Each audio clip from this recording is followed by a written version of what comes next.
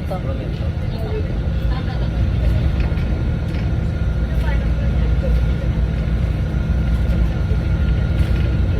Pwerte?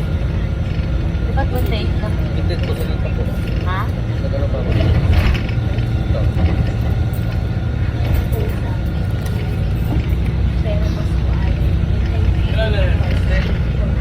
And so mga Superman, for today's video, for today's vlog, bibiyahe ako papuntang monumento.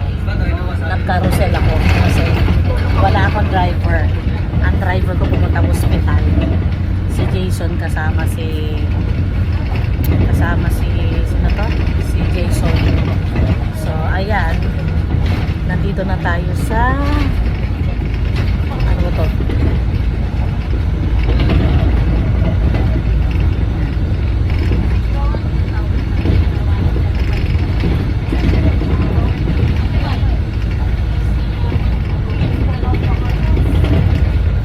Mabagal ang takbo ng carousel. Kaya sigurado, wala ko baw hanggang monumento. 30 minutes talaga to. Minsan lumalagpas pa 35 minutes.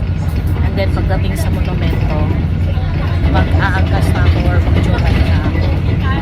Para hindi na ako sasakay ng 2 beses ng jeep. No? Yan. Balintawak na tayo. Lumart kuya. Oh, lumart ako. 5 star, baliwag.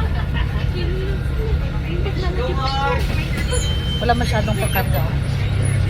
Yan. Kaya every station ang tagal. Ang tagal ng tambay every station. Kasi parang nagmi-minimum sila ng 10 na sakay. Sana hindi na magtagal. Ay, magtatagal to kasi kaalis lang yung isa. Oh. Ganito pagka wala masyadong pasahero, ang tagal mag-standby. Ay, nakatambay kami. So, imbis na less than 30 minutes lang ang Cubao to Monumento, maabot kami ng 30-35 minutes. Kasi bukod sa mabagal na ang takbo, umi-standby pa.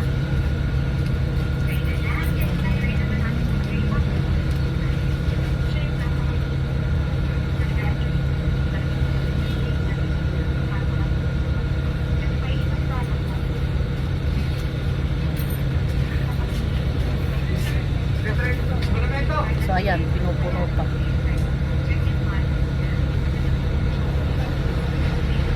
So pagdating natin sa monumento, sasakay tayo ng angkas.